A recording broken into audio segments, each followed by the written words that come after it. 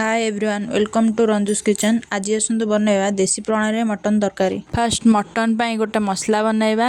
Blending jar नवा से अदा रसुण पियाज को भल भाव ग्राइंड करनेबा। एबे धोई रखिथिया मटन रे गोटे चमच हलदी, गोटे चमच धनिया पाउडर, गोटे चमच जीरा पाउडर, स्वाद अनुसार लुण, बनैथिया मसला रु 2 चमच, किछि परिमाण सोरष तेल, 2टा कटा पियाज को पकाई भल भाव गोलाई नहीं 30 मिनिट पई घोड़ाई रखिदेबा। कड़ई रे किछि तेल नहीं से काटी रखिता आलू को गोल्डन ब्राउन हेबा जाए भाजी नेबा। सेही तेल कड़ई रे 2टी तेजपत्र, 4 रु 5टी गुजराती, गोटे डालचीनी, अध चमच काश्मीरी लंका गुंड, 2टी कटा पियाज पकाई भाजी नेबा।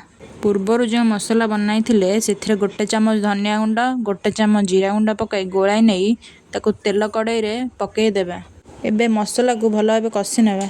मसलारू तेल छाड़ला भली देखागले से हाफ चमच हलदी गुंड, गोटे चमच काश्मीरी लंका गुंड, अल्प पानी दे भल भाव कषि नेबा। तापर स्वाद अनुसार लुण पकाई गोलाई नेबा। देखंतु मसलारू भल भाव तेल छाड़ी जाइछि।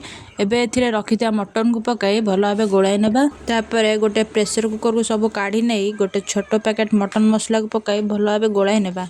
सेथिरे भाजी रखिथिया आलू को मध्य पकाई देबा। एबे 2 ग्लास पानी दे प्रेशर कुकर लिड को बंद करी 3टी सीटी दे देबा। देखंतु हमर देसी प्रणाली रे प्रस्तुत मटन तरकारी। Thanks for watching. Please like, comment, share and subscribe to my channel.